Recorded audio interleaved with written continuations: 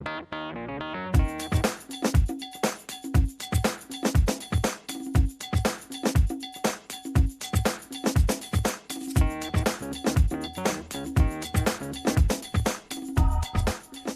to the Northeast Kingdom Voice. I'm your host, Scott Wheeler. Today's guest is a man that we dragged out of the forest of Essex County, Dennis Fuller.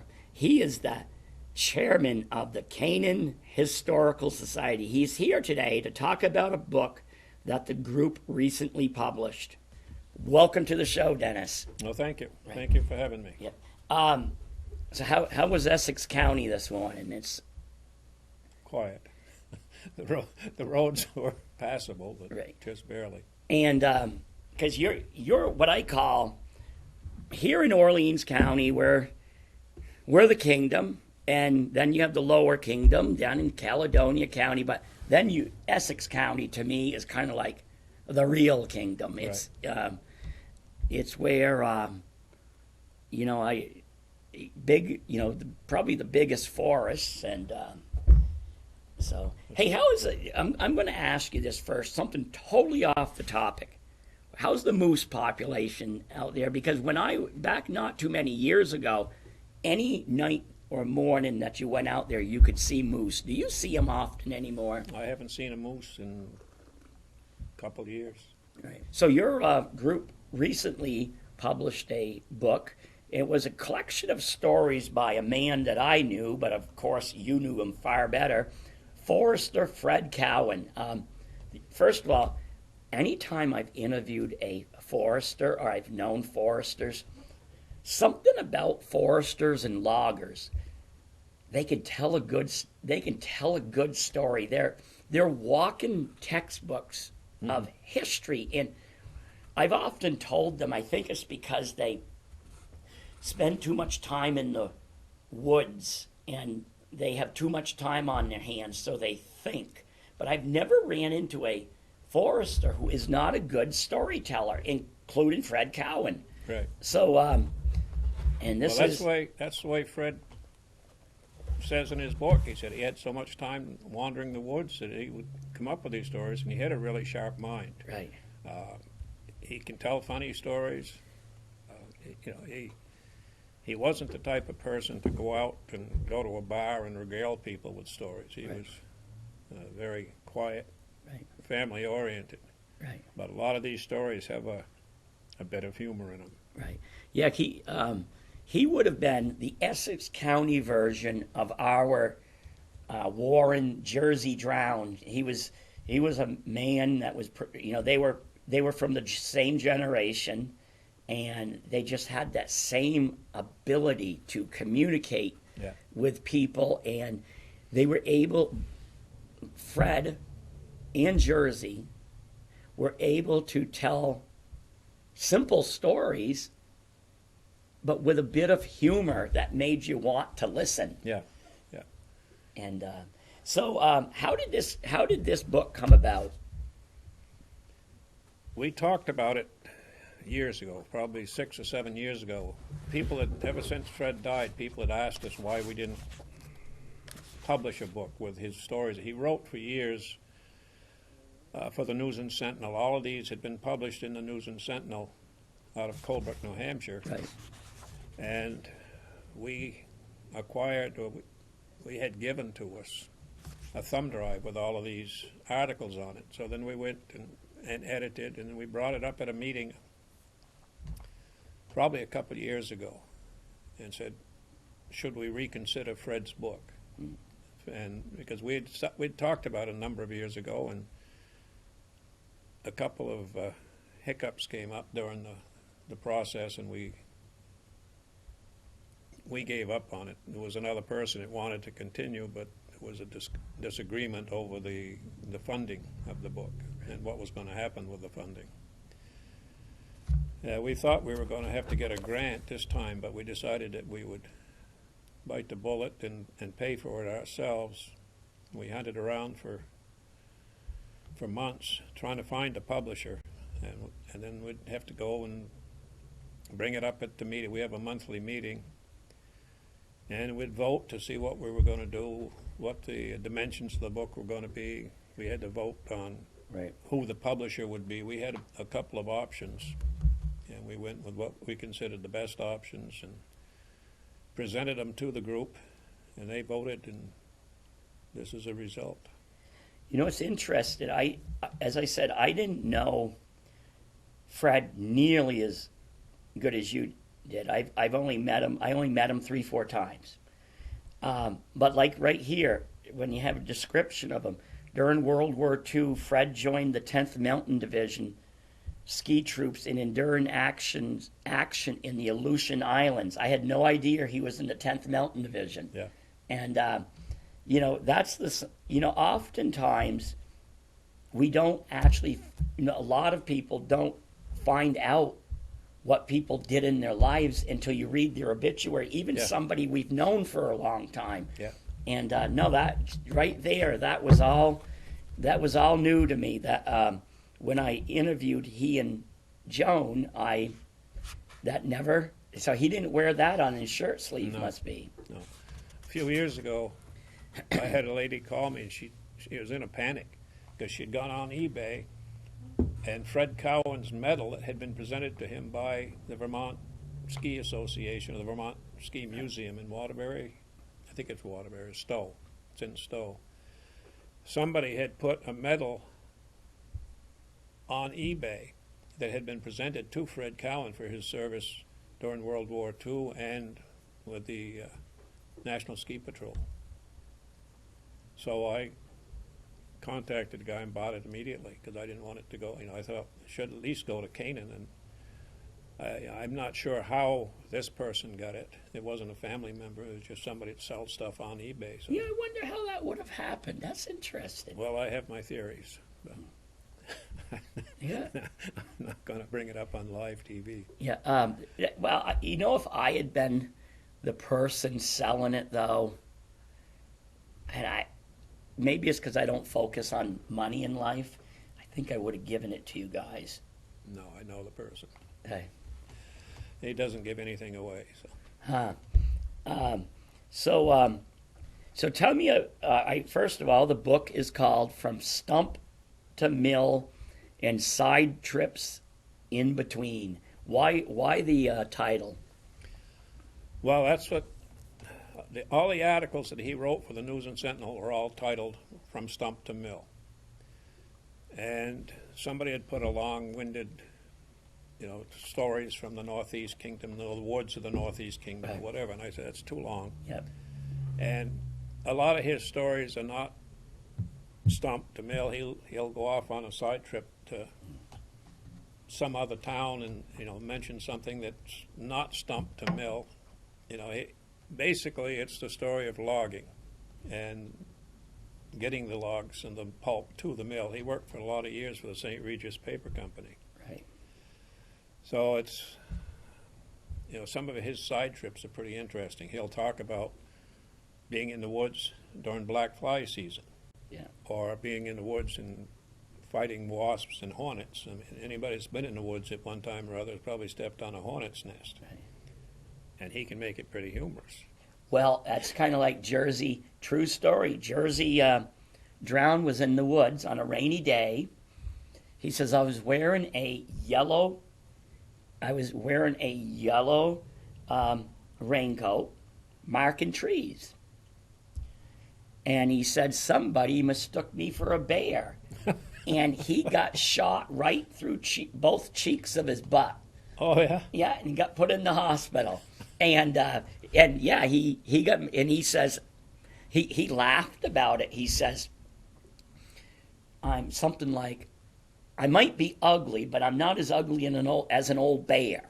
But no, true story. He got shot right through both cheeks of his butt, and he had the most fun later on. I'm sure when he's laying there with holes right through his butt cheeks, Yeah. He probably weren't laughing, but he had more fun with that. Probably, yeah. But yeah, so so Fred did battle with black flies and mosquitoes and Yeah.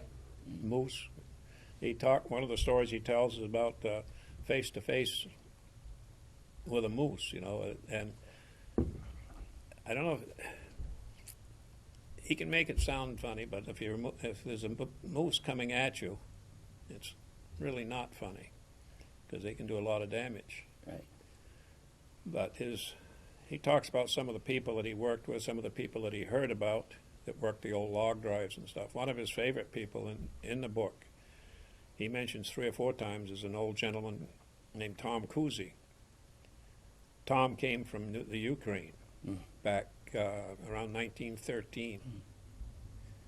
And he went to work first in Berlin, New Hampshire, working on a trolley track that they had going from Berlin to Gorham and back.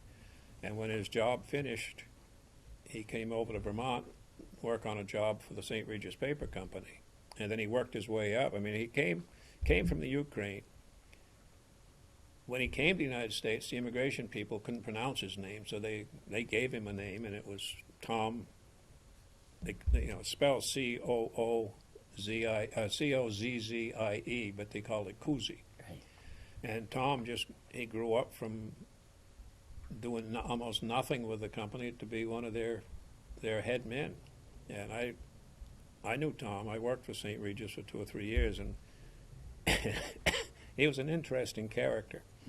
He wasn't very big, always had a cigarette going, always had a wide-brimmed hat, and he always had something to say if you were on a job somewhere.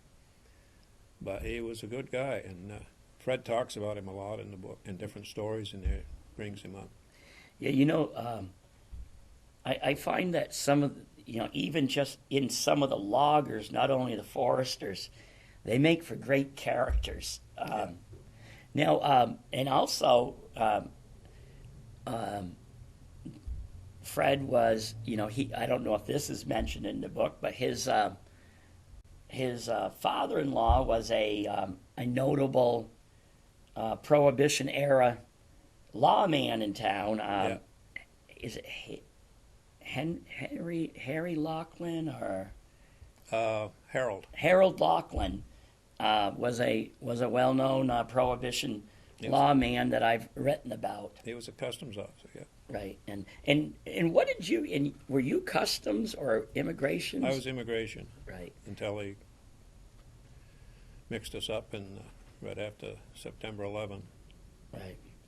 Now, was Fred still a forester when the whole Champion land was kind of, well, I don't know if the word is dissolved or taken over by the state, or was he still? No, I think he was gone by then. Because I think when the change from St. Regis to Champion, I think he was released or retired, and then he became a surveyor. Right.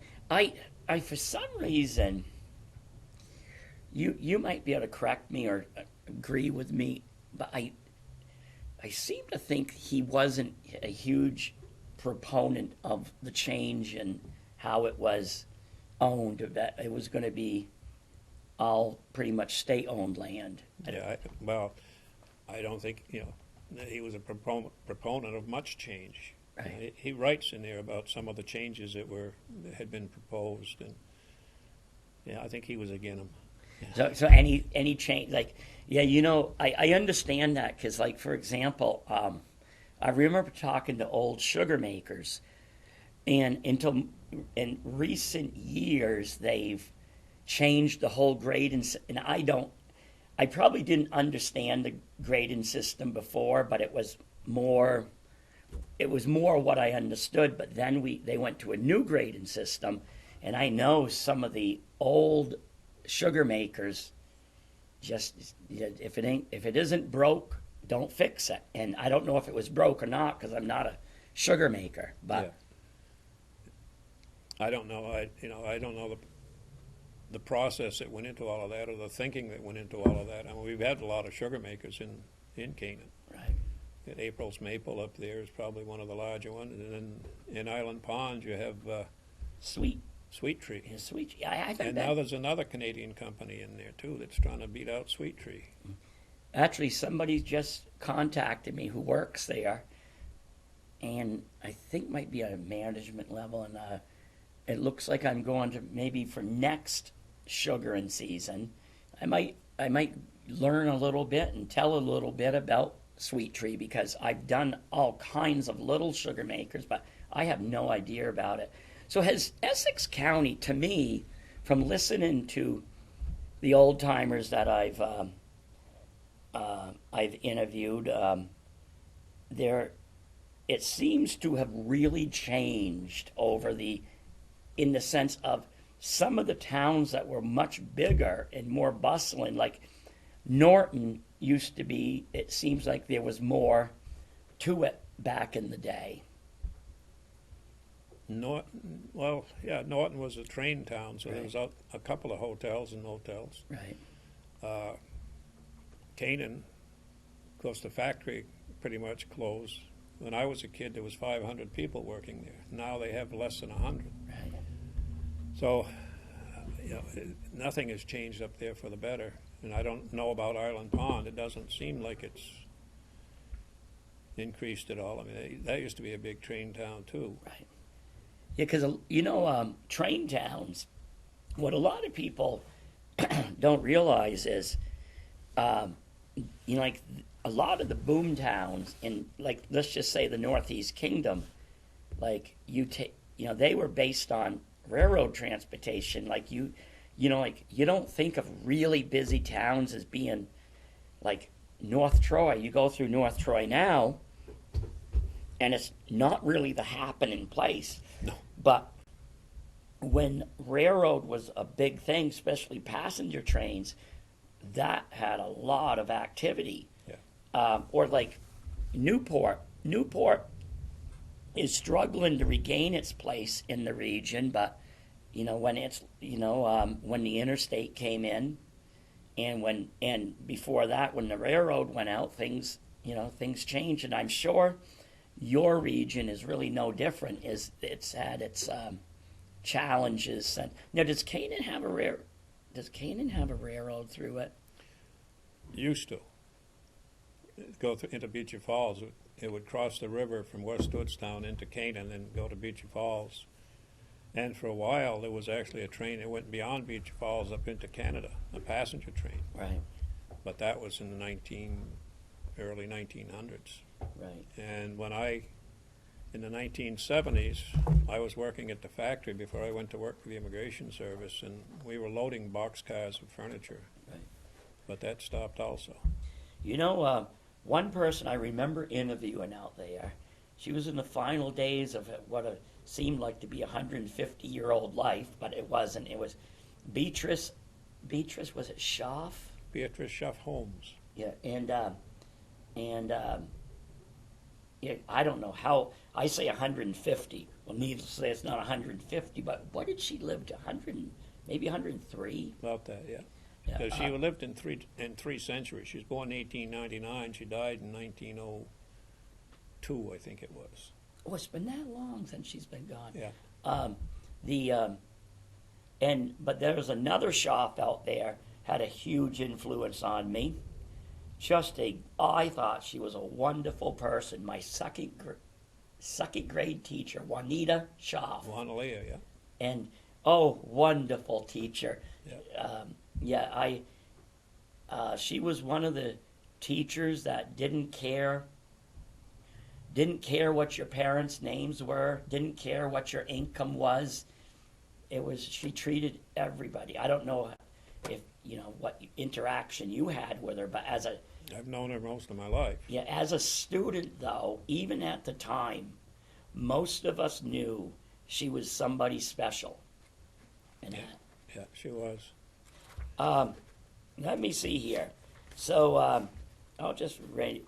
So titles range from Winding Rivers, Indian Stream Grammar School, The American Elm, Victim of Nature, and then you go down as Springtime, Frost Heaves, Mud and Bugs, and then Hornets and Wasps, Moose here and there, and then The Folly of Forest Preservation. And then he has other things like the river drives, logging camps, the logging camp cruise, the timber cruiser, and the cook room, And then he talks about snowshoeing, beaver dams, and dynamite. That's a good story. Yeah, and just all logging railroad on the Nohegan, and then I see sap peeling, oxen, horses, and hay, and then there are bears in them woods, and I could see him writing these. And as I said, he was the kind of guy that I didn't really know, but he had an influence on me. And I've got to thank you for giving me the book, and I will really enjoy reading it, because I suspect, even with editing, I suspect his voice is still in there. Well, that was part of the problem when we were editing. Some of the words that we weren't sure of, we'd Google them to see how it was supposed to be, and then somebody else would say, no, it's not supposed to be, like pickaxe and words like that. Is it a one word? Is it a two word? Or is it hyphenated? And then finally I said, well, leave it the way Fred wrote it. Right. But when you were talking about B. Holmes, I think a couple of the pictures in here came from some glass plate negatives that we found at her house. Right. And I was able to process them to get a decent picture. And we've got thousands of those at the museum. Mm. And a lot of them are taken back in the late 1800s, early 1900s by a photographer named Lund, who had come from down around East Burke area. And they show a lot of these logging operations in the winter with horse-drawn, I called them wagons one time, and I was challenged on that. Oh, I know. Yeah. On Facebook, a friend of mine emailed me and said, no, they're drays, they're not wagons, because it was in the wintertime. Right. But there's a lot of pictures that came from B. Holmes's place, a lot of stuff in that house that was there when she was running the store in the post office there. Because she didn't have children, right? No. No, that's what I No, she thought. was married once, but there were no children. But she had a lot of relatives. And I can't recall, was Juanita? Wait, no, what was her name? Juan Leah? What was that a relative of? Maybe distantly. Right. But there was 2 or 3 families of Schuffs, and Juan Leah's Schuffs came from Pittsburgh. So there was probably a tie someplace, but I never done the genealogy. Right. Now, how active is the Canaan Historical Society? Well, define active. I mean, we have a meeting every month. We try to stay involved at the Moose Festival. We try to set up a booth at the Moose Festival. The Canaan Sugar Social, whenever we can. We've done the book, but we've also, a few years ago, 2015 I think it was, we put a list of people together, old people, all older than me, and we interviewed them and then made a DVD that we sold for $15, I think it was. But it was good because a lot of these old people had interesting stories. They'd all grown up. The title was We Remember Growing Up in the Canaan Area. And they all talked about the school. They talked about Mr. Peck and the band and sports and what it was like to grow up in Canaan in the 20s and 30s.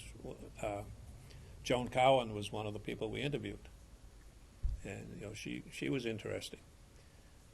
But we try to stay involved. If there's something going on in town, we try to take part if we can, and let people know we're still out there.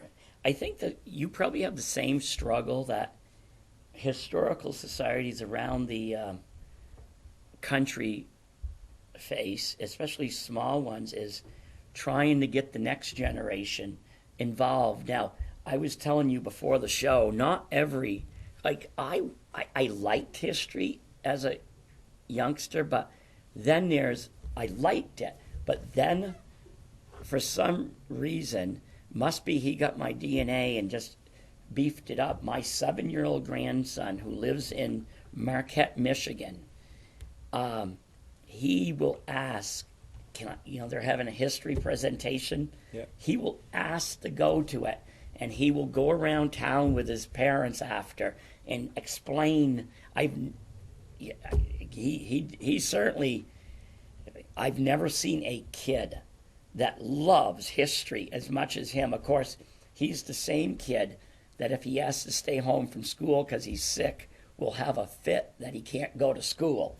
And that was not me. Yeah. Is if I had the sniffles, I would plead my case that I should not be going to school. So, Yeah, we try to stay. The school will sometimes, one of the classes, one of the teachers will bring his 4th or 5th graders over to go through the museum and explain stuff. We had a class earlier that wanted to know about the history of the schools in Canaan, right. and when they'd started, and when, because Canaan had 6 or 7 Yep. divisions and schoolhouses, and so I explained that. And one year they come over and they wanted to talk about the logging industry, because a lot of these kids, their parents maybe work in the woods or used to work in the woods, or their grandparents, and they didn't know anything about it. So we've got a lot of the old logging tools, but I think that the thing that interests kids when they come to the museum, right at the top of the stairs, we were talking about telephones earlier today. At the top of the stairs is one of the old crank phones where you crank it up and the operator would come on, ask you for the number, and then she'd connect you to whoever you wanted to talk to. And if you didn't know the number, you'd just say, I want to talk to somebody. She'd know who it was and connect you anyway. But that, the kids all look at that. And there was a Facebook picture yesterday that showed 2 girls taking a picture of a public phone. Right. One of the old phones where you used to drop a quarter in or a dime or whatever and make a phone call. And they were taking a picture of it like it was a real antique.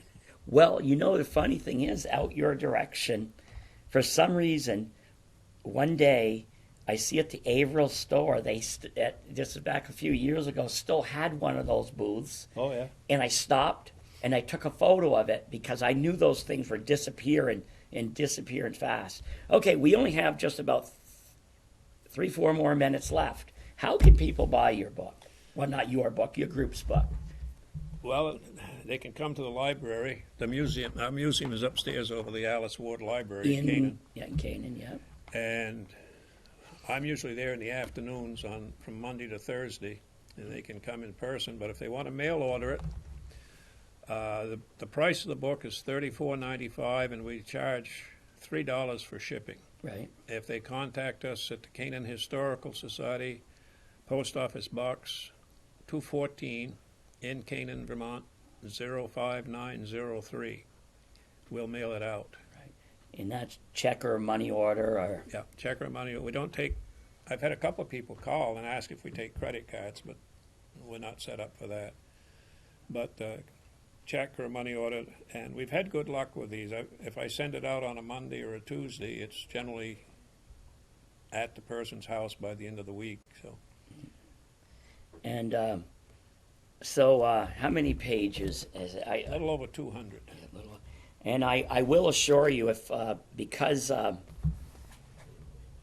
Fred wrote these stories, it will be entertaining. Yeah, he was a gifted storyteller, and some people say they don't make storytellers. Like I have brother-in-laws who are pretty much now retired loggers. They can sit around for hours and spin yarns. And as I said, I think these people who work in the woods, and I'm sure other professions too, but I think they're just so gifted like Fred was, or Jersey. Yeah, and we have many others. Are you pretty happy? Are you pretty proud of this book as your group? Yes. Yeah, I mean, it was we were talking about it at our meeting last Friday, and even if we don't make money at it, Yeah. if we break even, the important part is the stories. People ask for years why somebody hasn't done Fred Cowan's writings. We don't even know how many articles he wrote for the News and Sentinel. I've still got enough left to do another book, and we're hoping to have a volume 2 out this summer. Right. You know, as a writer myself, I think most of us people who publish books and we kind of take a vow of poverty because it's not a, you know, a lot of people think, wow, you must be making a lot of money. And no, I'm not Stephen King, but I commend you for what you're doing because I think it's when you record stories like the oral history project you did, when somebody dies and you see they've passed this, then you've recorded their stories, you captured a part of history and a part of their story that would have been lost to the grave. And Right. so, because I think about the dozens and dozens and dozens of people that I've recorded their stories, and for many people, you know, some people don't even remember these people anymore, but their stories live on. Yeah. Okay, I want to thank you for coming on, and not only that, for preserving the history. And when you do book number 2, just look me up. And I'm glad you guys are holding down the history of the Canaan region. Well, I get the Caledonian Record, and the first thing I do is check for obituaries because a lot of people from the Canaan area had moved on, and I've run across a couple who at one time lived in Canaan, and they moved to East Charleston or someplace. So I feel like a vulture sometimes, but I'll call the widow or whoever's left in the family and ask if they have any pictures when those people lived in Canaan. Right. And if so, could they get us copies, or could we get copies somehow? Because, you know, that stuff goes away, and people will always say, I don't know what to do with it. And I say, well, send it to me. Right. I'll find a box to store it in or something. Right. But I have had interesting conversations with people who had moved away from Canaan. Okay, well, thank you for coming on. Well, thank you for having me. All right, thank you. And thank you to the viewers for tuning in to another segment of the Northeast Kingdom Voice.